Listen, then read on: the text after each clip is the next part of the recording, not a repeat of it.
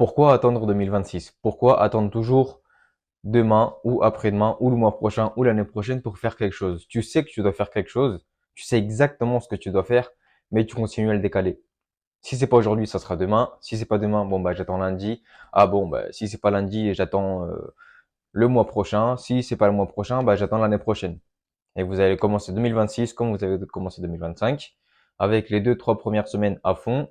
Ensuite, vous allez vous dire, bon, bah, j'attends la semaine prochaine encore une fois, et vous allez refaire la même chose jusqu'en 2027. Donc, cette vidéo, elle va être là pour comprendre ce mécanisme-là. Pourquoi est-ce que vous continuez à procrastiner, vous continuez à décaler ces choses-là, mais là, dans un point de vue plus psychologique, pas développement personnel, mais plus psychologique pour comprendre ces mécanismes-là et vous proposer une nouvelle perspective pour vous lancer en 2026 pour que ça soit la dernière fois où vous allez continuer à décaler, à décaler, à décaler.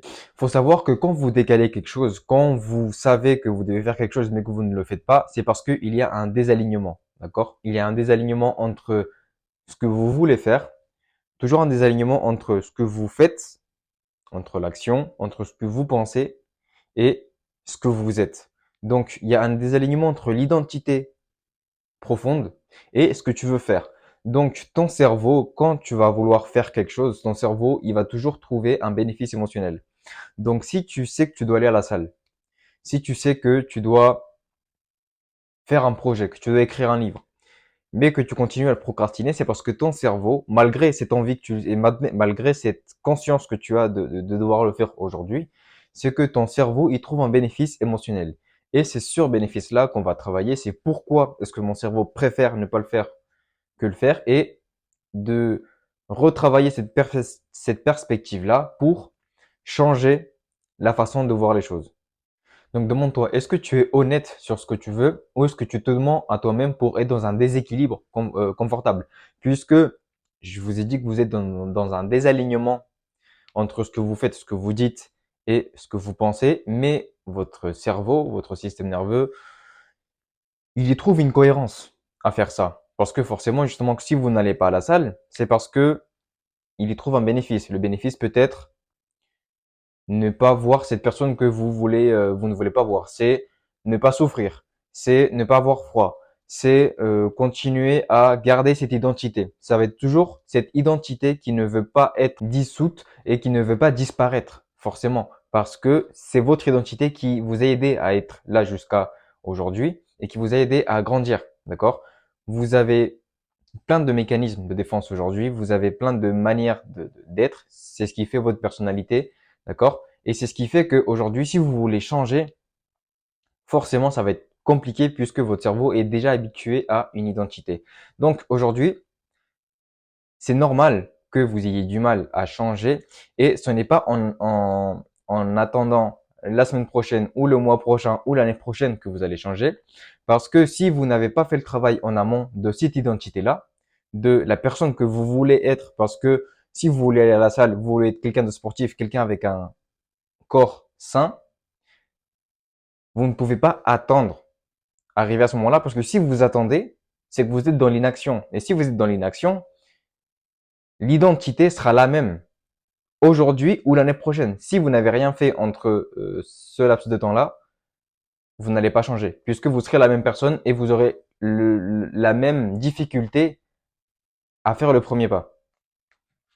Il y a un schéma qui est très simple que je voulais vous montrer qui est est-ce que tu es heureux aujourd'hui avec ton mode de vie, avec ce que tu fais? Est-ce que tu es heureux? Si oui, alors continue à faire de ce que tu fais puisque ça fonctionne pour toi. Donc, est-ce que tu es heureux? Oui, alors continue à faire ce que tu fais. Est-ce que tu es heureux? Non. Est-ce que tu veux l'être? Parce qu'il y en a, ils s'en foutent, ils veulent juste avoir leur train de vie, faire leurs 35 heures, travailler, avoir la même routine, métro boulot dodo. Il n'y a pas de souci, c'est pas grave. Si ça te plaît et que tu n'es pas heureux mais que tu ne veux pas l'être, alors continue à faire ce que tu fais, puisque tu n'as pas besoin. D'accord? Et est-ce que tu es heureux? Non. Est-ce que tu veux l'être? Oui. Alors change quelque chose. Et ça va être là le plus dur, puisque c'est très bien de vouloir changer quelque chose, mais justement, il faut changer quelque chose, il faut faire quelque chose. Et le fait de ne rien faire, le fait d'attendre le mois prochain, la semaine prochaine, l'année prochaine, tu ne fais rien. Donc tu n'as rien changé. Tu attends. C'est en fait juste un effet placebo, c'est juste un médicament que vous allez prendre qui est mental pour vous dire, je commencerai l'année prochaine. Là, maintenant, j'ai pas envie de penser à ça. C'est inconfortable une fois que l'année prochaine arrive. C'est toujours inconfortable vu que ton identité n'a pas changé, vu que tu es toujours la même personne puisque tu n'as rien fait pour changer de ton quotidien, ce qui fait que tu vas rester dans la même boucle. Donc, est-ce que tu veux changer ou est-ce que tu veux fuir ta réalité en disant que c'est juste de la procrastination, de l'autosabotage et que tu ne sais pas pourquoi, que c'est le monde qui est comme ça, que c'est moi qui ai cassé, que je n'y arriverai jamais. Ok? Ça, c'est très important aussi. Tu peux le faire, d'accord? Tu peux réussir à voir ça puisque il faut comprendre que tu es une sorte de radio, d'accord? Tu peux capter la fréquence de ce que tu veux. Tu peux avoir le futur que tu veux. Mais pour ça, il faut être en alignement avec cette fréquence que tu veux. Tu peux devenir pianiste, tu peux devenir footballeur, tu peux devenir tout ce que tu veux, mais il faut payer le prix. Il faut toujours aussi voir le coût-bénéfice. Est-ce que tu es prêt à passer 5 heures par jour, 5 heures par jour, je suis gentil, 10 heures par jour en faisant du foot? Est-ce que tu es prêt à aller contacter plein de managers, plein de personnes pour qu'on puisse t'aider à... Il y a un coût à tout. Est-ce que tu es prêt à devenir pianiste? Est-ce que tu es prêt à passer 10 heures par jour justement à faire du piano? Non. Donc j'ai pas envie. Même si, justement, si j'ai vraiment envie de devenir pianiste, je vais le faire. Et d'ici 30, 40 ans, je pourrais devenir pianiste. Il y a toujours ce coût-bénéfice. Donc, est-ce que tu es prêt à faire ce que tu dois faire pour atteindre ces choses-là? Donc, tu peux atteindre le résultat que tu veux, tu peux atteindre le futur que tu veux, mais il faut en payer le coût. Il faut faire attention avec le tu peux, puisque quand on veut, on peut. Ça, je l'ai cru pendant très très longtemps. Toi, tu as pu, ces personnes-là qui ont réussi, elles ont pu, mais elles avaient les bonnes cartes.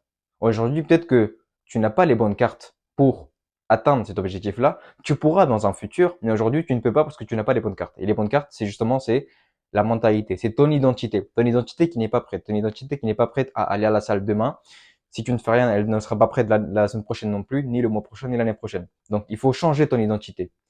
Qu'est-ce que tu te racontes? Qu'est-ce que le cerveau préfère quant au fait de ne pas aller à la salle, d'accord? Ou de ne pas faire ce que tu dois faire. Parce qu'il faut savoir que ce sont des dissonances cognitives, d'accord? Des dissonances cognitives, ce qui veut dire que tu as une pensée qui est je veux devenir riche, par exemple, je veux avoir beaucoup d'argent. Donc ça, c'est une pensée que tu as aujourd'hui, mais dans ton passé, dans ton identité qui était ancrée, donc ce sont des pensées qui peuvent être inconscientes, tu peux te dire que avoir de l'argent, c'est un risque de se faire cambrioler parce que tu as une tante qui s'est fait cambrioler ou parce que tu sais que quelqu'un de ta famille avait beaucoup d'argent et qu'il a eu beaucoup de problèmes à cause de ça. Donc, ça va travailler inconsciemment, ce qui fait que, vu que c'est quelque chose d'inconscient, c'est quelque chose qui est bien profond en toi, même si aujourd'hui tu te dis que tu veux avoir de l'argent, que tu veux être riche, il y a toujours cette croyance qui te dit que attention, parce que si tu es riche, tu peux avoir ces problèmes-là. Et ton cerveau te protège de ça. C'est pour ça que la procrastination ou l'autosabotage, c'est juste un mécanisme qui te protège forcément, parce que ton cerveau, il veut juste ta survie, ne veut pas ton bonheur. Donc, il faut comprendre juste que ce sont des mécanismes, d'accord? Il faut comprendre ces mécanismes-là, il faut comprendre ton identité. Pourquoi aujourd'hui est-ce que tu repousses ces choses-là à 2026, ensuite 2027, 2028, et tu ne changeras jamais si tu ne le fais pas dès aujourd'hui?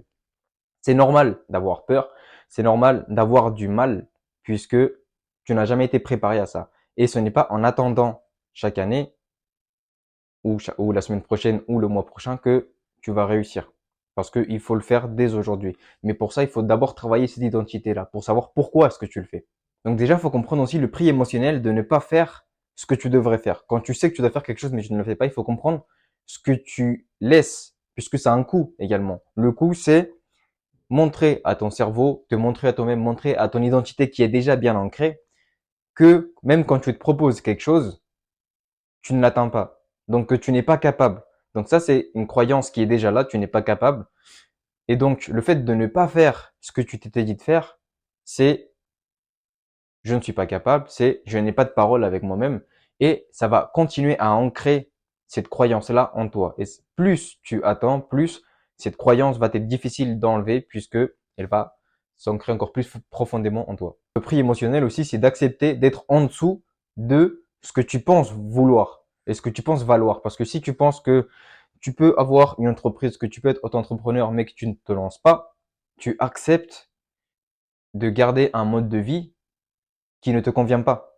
Donc à ce moment-là, tu es en train de renforcer ton identité de victime et de quelqu'un d'impuissant qui ne peut rien faire face à la vie. Donc, comme exercice, je te propose de te demander, de te projeter en 2026, à la fin de l'année 2026, qu'est-ce qui se passerait si tu ne faisais pas ce que tu t'es dit de faire? Comme cette année, sûrement il y a des choses que tu n'as pas fait. Qu'est-ce qui a changé? Pas grand-chose, justement, tu es toujours au même endroit, dans ce que tu t'étais dit de faire. Si tu t'es dit que tu voulais aller à la salle, mais que tu ne l'as pas fait, ton corps est toujours le même, voire pire. D'accord? Donc, il faut savoir ce prix émotionnel quant au fait de ne pas faire ce que tu t'étais dit de faire. Et comment est-ce que tu te regarderas toi-même? Est-ce que tu vas t'aimer quand tu vas te regarder dans la glace? Est-ce que la personne que tu vas voir, tu vas être fier de cette personne-là, de toi-même? D'accord? Encore une fois, c'est juste une radio. Tu es une fréquence. Donc, tu peux syntoniser la fréquence que tu veux pour atteindre cet objectif-là. Si tu as du mal, c'est justement parce que ton identité n'est pas en alignement avec ça. Et pour ça, il faut d'abord être, vous le connaissez déjà cette phrase, donc demain n'existe pas si tu ne commences pas aujourd'hui. Tu ne vas pas être quelqu'un avec un beau corps si aujourd'hui tu ne vas pas à la salle. L'année prochaine, tu n'auras pas un beau corps si tu ne commences pas aujourd'hui. Il faut comprendre que quand tu te projettes dans le futur, c'est juste un calmant. Tu te projettes mentalement, c'est une sorte de branlette mentale pour te dire je peux atteindre cet objectif-là, mais tu ne le fais pas. Donc ça te calme sur le moment même. Tu te dis je pourrais le faire l'année prochaine, et quand l'année prochaine arrive, tu ne le fais pas. Donc tu dois travailler sur qui tu crois être, sur ton identité, sur l'acceptation de l'inconfort, sortir de sa zone de confort, et plus que sortir de la zone d'inconfort, je dirais de développer sa zone de confort. Tu dois aussi comprendre le type de peur, tous les peurs qu'il y a, parce que c'est souvent aussi la peur du succès, la peur de l'échec, tu la connais déjà. Tu t'es déjà dit que tu allais commencer la semaine prochaine, le mois prochain, l'année prochaine, et tu ne le fais pas. Donc l'échec, tu le connais. Donc c'est pas vraiment la peur de l'échec que tu as, mais vraiment la peur du succès. C'est qu'est-ce qui arrive si jamais je réussis. Si jamais je réussis, est-ce que je vais perdre des gens euh, que je connais? Est-ce que le regard que les autres ont sur moi va changer? Est-ce que le jugement va changer? Est-ce que ce besoin de reconnaissance va changer, etc., etc. Donc, pour travailler ton identité et pour travailler toutes ces peurs-là que tu as en toi, justement, je vous conseille, j'ai créé un espace qui est Anodos, un espace où on travaille sur ton histoire réelle en profondeur et sur des lives justement où on va travailler en direct, en séance, pour pouvoir travailler ces choses-là. D'accord? Vous avez le lien dans la bio et je vous laisse ça sur le côté. Donc des pistes de solutions concrètes pour que tu puisses changer en 2026 et que tu puisses changer ton identité, mis à part le school, il faut que tu arrêtes de te mentir. Soit tu prends tes responsabilités aujourd'hui, tu te dis que tu dois changer, que tu dois faire quelque chose, soit tu assumes d'être médiocre et d'avoir une vie que tu ne veux pas. Donc arrête de te mentir et assume ta responsabilité. Responsabilité, c'est ta capacité à répondre face à ce que tu as aujourd'hui, face à ta vie. D'accord? Engagement identitaire.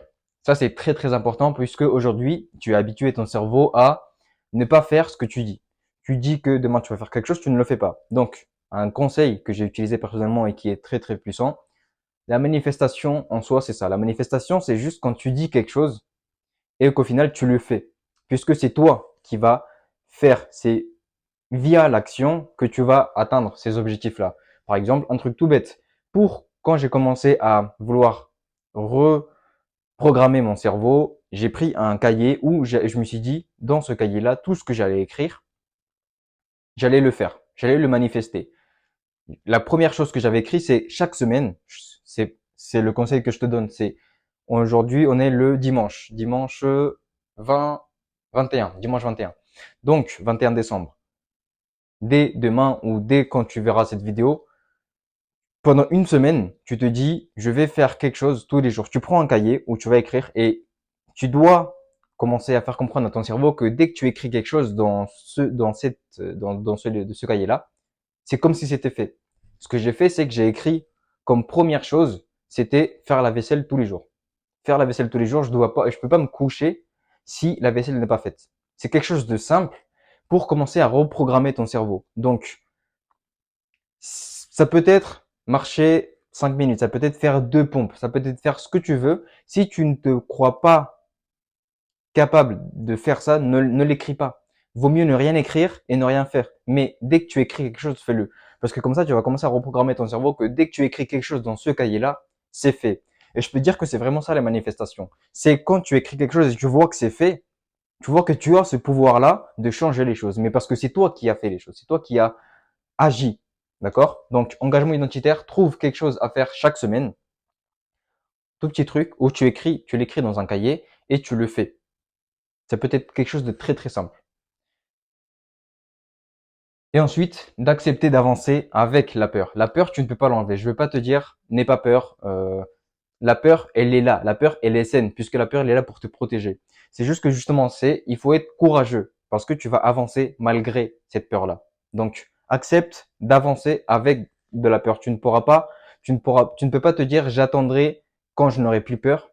J'attendrai le mois prochain, parce qu'à ce moment-là, je suis sûr que je serai beaucoup mieux, que j'aurai changé, que je n'aurai pas peur. Non, la peur, elle sera toujours là.